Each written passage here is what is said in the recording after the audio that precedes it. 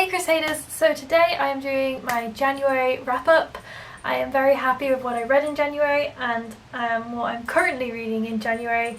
And well, January's really been a month where I've done a lot of reading for university, but I have done some other reading on the side of that and kind of in the middle of books that way, and also looking forward to February, which I think is going to be exciting because I don't have as many books to read for university courses because I've got that reading done in advance.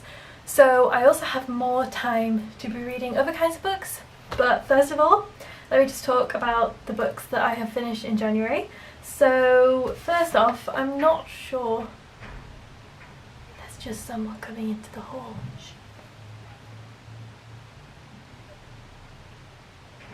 I'm not sure if I finished this at the end of December or the beginning of January. Oh, ignore the bookmark in it, I have finished it. So I'll just talk about it here now quickly. I finished Heart of Darkness by Conrad. I'm not going to go too much into what this book is about because this book is quite high up there and I can't say that I completely took in everything that this book was doing, but it's about imperialism anyway, so it's really interesting in that respect. But like I said, I'm not sure if I've already talked about it, so I won't talk about it too much because I don't really think I'll be able to do it much justice. And we've not had the lecture on it quite yet. So the next book I have to talk about, and the first book that I finished this year, if I didn't finish I'm not sure, was The Strange Case of Dr. Jekyll and Mr. Hyde by Robert Louis Stevenson. I've not read all of the works in here, just that particular one. This was fantastic. I read it when I was about 14 and didn't enjoy it as much as I enjoyed it this time round, like 4 years later. 6 years later. Oh my god. 6 years later. It's just very cleverly written, and the lecture that we had on it was all about oppositions, which I found very fascinating. There are so many oppositions in this book. Kind of inside and outside, Jekyll and Hyde, you've got light and dark.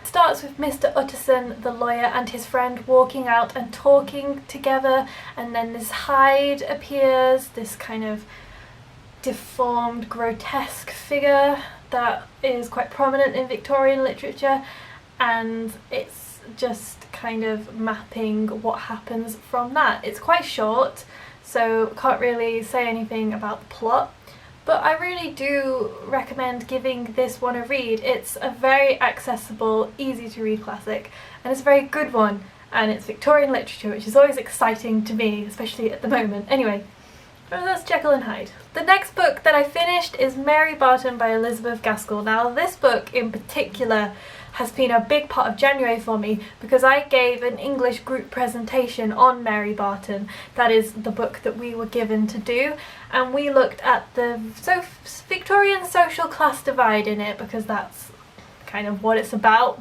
Mary is caught between two lovers, but it's also about her father, John Barton, and what he goes through after a mill fire where he loses his job. It's all to do with the Chartist movement and Mary Barton being a reformer. I particularly enjoyed this book and love Gaskell because she weaves the romantic and the political plot together to keep you interested in both, but they both work together as well, which is really clever. Anyway, so I've done a presentation on this book. And the other book that I have for university that I'm currently reading, although I did just have the lecture a couple of hours ago and didn't quite manage to get it finished in time, is Nice Work by David Lodge. And the lecturer basically was talking to us again about the Victorian era and about how this one reflects that. This is set in the 1980s, and it's just kind of Margaret Thatcher and all that was going on with the miners' strikes, kind of reflecting the Victorian society. What is David Lodge trying to achieve in this book, and whether he achieves it, because this book is about two different characters. We've got Vic, who works in an engineering firm, and we've got Robin, and she is an English lecturer. And what I really loved is that she gave a lecture on Mary Barton after I just read it. Anyway, and it's about kind of the two of them coming together because she's like got very feminist ideals and he's like really conservative, and you kind of can see where it's going, and it's a bit cliche in that way. I am getting some good things out of it. I am not sure how much I'm enjoying it. I'm not sure how much I agree with everything the author is doing, but I do appreciate it, and I will probably talk more about it when I have finished reading it. So now on to the books that I am reading on the side, not for any university purposes. So the main book I am reading for that is The Gospel of Loki by Joanne M. Harris.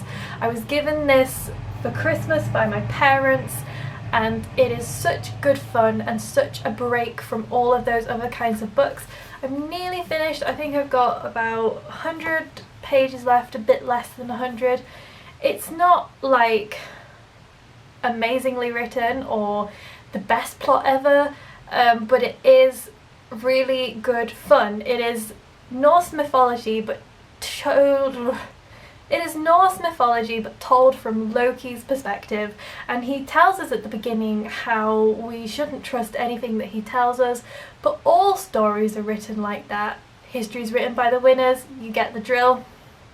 So I don't know how much what we're being told is true or not, but I've always backed Loki. In fact, I'm wearing a Loki t-shirt right now just as a massive coincidence.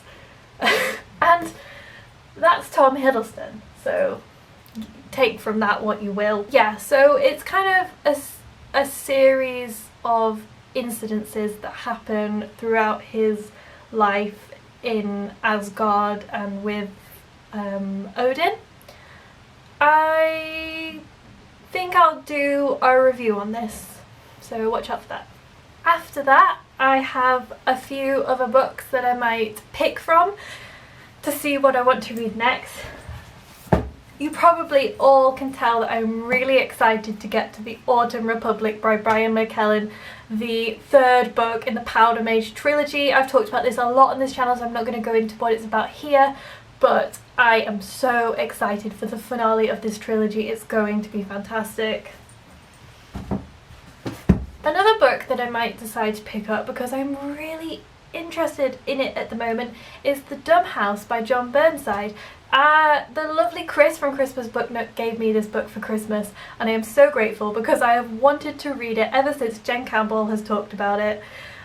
I will link those two lovely people in the description because I feel like this is Jen's kind of second favourite book, maybe. It's definitely up there as one of her favourites, which just fills me with such excitement because I've really been wanting to get into these kinds of books, and I know this is pretty twisted, but I'm kind of in the mood for that. And I used to read all manner of twisted books when I was younger. A Clockwork Orange is one of my favourite books. That's a lesser known fact about me. And the last book is The Versions of Us by Laura Barnett that I've had my eye on for a while, but I wasn't sure because I had no idea whether it would be good or not and how much I'd enjoy it. It just sounds intriguing because it says, Eva and Jim are 19 and students at Cambridge when their paths first cross in 1958. Jim is walking along a lane when a woman approaching him on a bicycle swerves to avoid a dog. What happens next will determine the rest of their lives. And I get the idea that it's told in different versions. Anyway, I found it in Sainsbury's for $3.99 and I thought, well, that's not much of a risk then, is it? Whether I like it or not, it's $3.99, I have to get it. So that was great. So those are the books that I am currently reading, have read, or I'm planning on reading very nice and soon, and I feel like I've had a great start to the reading here, and I hope it just carries on like this. So please tell me down below what you have been currently reading. I know I've been kind of out of the loop a bit, but I'm really trying to get back in it, and I'm filming this in between lectures, which is working well for me because I finally brought my camera to university. I'm not sure if the setup's that good or not. I tried to make the most of what I could. I don't have my tripod with me, but got my book poster over there, so we're doing well. Okay, until next time, look in the shadows, guys.